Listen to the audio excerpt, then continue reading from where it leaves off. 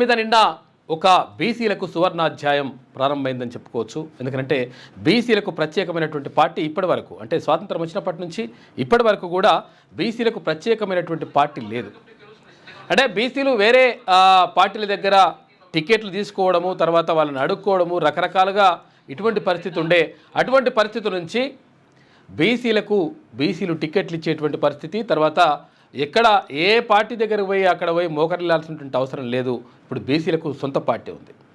అదే పార్టీ మాత్రమే ఉందా, టికెట్లు మాత్రమే వస్తాయంట? లేదు. అంటే ఇక్కడ బీసీలకు దక్కాల్సినటువంటి వాటాకు సంబంధించి మొత్తం కూడా అప్పటి నుంచి ఇప్పటి వరకు, స్వాతంత్రం వచ్చినప్పటి నుంచి ఇప్పటి వరకు అన్యాయమే జరుగుతూ ఉంది. కాబట్టి ఈ అన్యాయాన్ని ఎదురించాలంటే, లేకపోతే అక్కడ వడ్డించుట్టోడు మనోడు ఉంటేనే ఇదంతా కూడా లెక్క సెట్ అయిపోతుంది. అది కాకుండా మరి అధికారం ఒకరి చేతిలో పెట్టేసి తర్వాత మాకు అది కావాలి ఇది కావాలంటే ఏది కానటువంటి పరిస్థితి కనిపిస్తూ ఉంది. కేటాయింపుల్లో చూసుకున్నా, లేకపోతే ఇక్కడ పదవుల్లో చూసుకున్నా, లేకపోతే నామినేటెడ్ పోస్టుల్లో చూసుకున్నా, ఏ రకంగా చూసుకున్నా, విద్యాసంస్థల్లో చూసుకున్నా, ఇక్కడ హాస్పిటల్ ఏది చూసుకున్నా కానీ బీసీలకు అన్యాయమే జరుగుతూ ఉంది. కాబట్టి బీసీలకు ప్రత్యేక పార్టీ ఉంటే బాగుంటుంది అని చెప్పేసి భావించి తెలంగాణ రాష్ట్రంలో ఉన్నటువంటి బీసీల బతుకులు మారాలి. బీసీలతో పాటు సబ్బండ వర్గాల, అంటే ఎస్సీ ఎస్టీ మైనార్టీల బతుకులు మారాలి. అందులో అగ్రవర్ణ పేదల బతుకులు మారాలి. ఈ బతుకులన్నీ మారాలంటే ఈ బతుకు మారడం కోసమే ప్రత్యేకమైనటువంటి పార్టీ వచ్చింది. అది తెలంగాణ రాజ్యాధికార పార్టీ. తెలంగాణ రాజ్యాధికార పార్టీ పేరుతో నిన్న తీన్మార్ మల్లన్న పార్టీని ఆవిష్కృతం చేసిండు.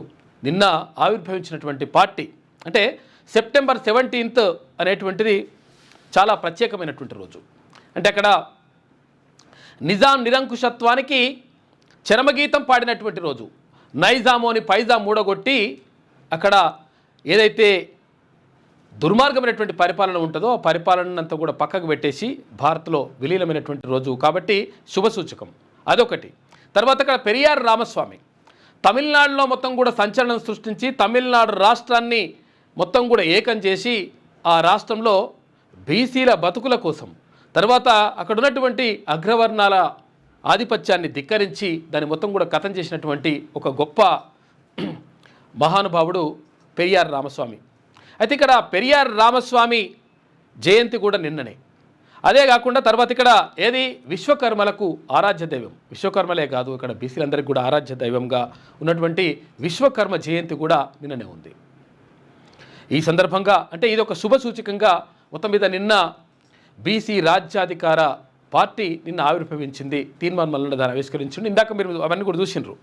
అంటే పార్టీకి సంబంధించినటువంటి గీతం కానీ, ఆవిష్కరణ కానీ, ఆ తర్వాత జెండా కానీ, ఎజెండా కానీ, ఆ విషయాలన్నీ కూడా ఇందాకనే మీకు తీన్మార్ మల్లన్న చెప్పేసిండు. అంటే అక్కడ పార్టీ ఆవిర్భావం సందర్భంగా అంటే పార్టీలో 2 రంగులు, అక్కడ ఎరుపు వర్ణము విప్లవాలకు, ఉద్యమాలకు, తర్వాత ఇక్కడ కార్మికులకు ప్రతీకగా ఉంటే, తర్వాత ఇక్కడ ఏదైతే ఆకుపచ్చ రంగు ఉందో ఆకుపచ్చ రంగు ఇది కర్షకులకు, అంటే రైతులకు, తర్వాత పాడి పంటలకు, వీటన్నిటికీ చిహ్నంగా అక్కడ 2 రంగులను వేసుకోవడం జరిగింది.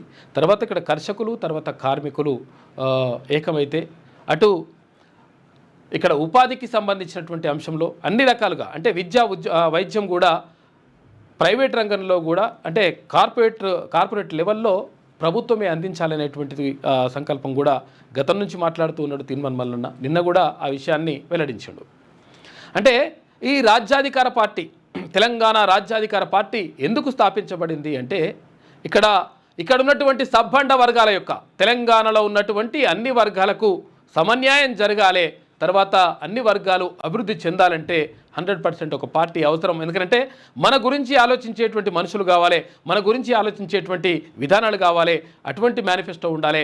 అటువంటి మేనిఫెస్టోతో ముందుకోసమని చెప్పేసి నిన్న తీన్మార్ మల్లన్న క్లియర్గా చెప్పిండు. ఇందాక మీరు మొత్తం చూసిండ్రు కదా ఆ పాట నుంచి, తర్వాత ఇది గీతం నుంచి, పార్టీ గీతం నుంచి ఆ తర్వాత మల్లన్న స్పీచ్ వరకు నిన్న చాలామంది మేధావులు, ప్రొఫెసర్లు, తర్వాత అక్కడ పెరియార్ రామస్వామి మనవడు, ఇట్లా చాలామంది అందరి ఆధ్వర్యంలో వారి సమక్షంలో పార్టీ ఆవిష్కృతమైంది. అంటే అసలు యాక్చువల్గా రాజకీయ పార్టీలు ఎప్పుడు కూడా కొన్ని రాజకీయ పార్టీలకు సంబంధించినటువంటి నాయకులను తీసుకురావడం, లేకపోతే ఇంకా వేరే పెద్ద దేశంలో ఉన్నటువంటి జాతీయ నాయకులను తీసుకురావడం ఇటువంటివి చేస్తారు. కానీ ఇక్కడ తెలంగాణ రాజ్యాధికార పార్టీ అక్కడ ప్రొఫెసర్లని, మేధావులని, తర్వాత వివిధ రంగాల్లో ఉన్నటువంటి నిపుణులను తీసుకొచ్చేసి వాళ్ళ ముందర వాళ్ళ ఆధ్వర్యంలో నిన్న పార్టీ ఆవిష్కరణ జరిగింది. తర్వాత నిన్న ఆవిర్భావం సందర్భంగా తీన్మాన్ మల్లన్న అధ్యక్షునిగా, ఆ తర్వాత వర్కింగ్ ప్రెసిడెంట్గా ఇక్కడ సుధగాని హరిశంకర్ గౌడ్, తర్వాత ఇక్కడ రజనీ కుమార్ వాళ్ళ వర్కింగ్ ప్రెసిడెంట్లుగా, తర్వాత ప్రధాన కార్యదర్శిగా వట్టే జానయ్య యాదవ్, ఇట్లా మొత్తం కూడా పార్టీ కార్యవర్గాన్ని, రాష్ట్ర కార్యవర్గాన్ని కూడా నిన్న ప్రకటించడం జరిగింది. ఇంకా మరిన్ని పోస్టులు అంటే ఇంకా జిల్లాలకు సంబంధించి కానీ, లేకపోతే యువజన విభాగం కానీ, మహిళా విభాగం కానీ, ఇట్లా రకరకాలుగా ఆ పోస్టులన్నీ కూడా ఇంకా భర్తీ చేయాల్సి ఉంది. ఇవన్నీ కూడా నిన్న కార్యక్రమం జరిగింది. మొత్తం మీద తెలంగాణ రాష్ట్రంలో ఒక సరికొత్త అధ్యాయాన్ని తీసుకురావడానికి తెలంగాణ రాజ్యాధికార పార్టీ నిన్న ఆవిర్భావం జరిగింది. అంటే మొత్తం మీద అన్ని పార్టీలు కూడా, ఇప్పుడు బీఆర్ఎస్ పార్టీ కూడా, టీఆర్ఎస్ పార్టీ ఉండే అప్పుడు రాష్ట్ర అంటే ప్రాంతీయ పార్టీ ఉంటే అది జాతీయ పార్టీ అయిపోయింది, అది కూర్చున్నది. ఇక్కడ కాంగ్రెస్ పార్టీ కూడా జాతీయ నాయకత్వం, అక్కడ భారతీయ జనతా పార్టీ అది కూడా జాతీయ నాయకత్వం. ఇట్లా జాతీయ పార్టీలుగా ఉన్నటువంటి పరిస్థితుల్లో ఇక్కడ తెలంగాణ రాష్ట్రంలో తెలంగాణ కోసమే, తెలంగాణ ప్రజల కోసమే మాట్లాడి కొట్లాడేటువంటి పార్టీ, తర్వాత తెలంగాణ ప్రజల బాగోగుల కోసం, తెలంగాణ అభివృద్ధి ధ్యేయంగా, ప్రజల అభివృద్ధి ధ్యేయంగా ముందుకెళ్తామని చెప్పేసి నిన్న తీన్మాన్ మల్లన్న క్లియర్గా ప్రకటించిండు. తెలంగాణ రాజ్యాధికార పార్టీ నిన్న ఆవిష్కృతమైంది.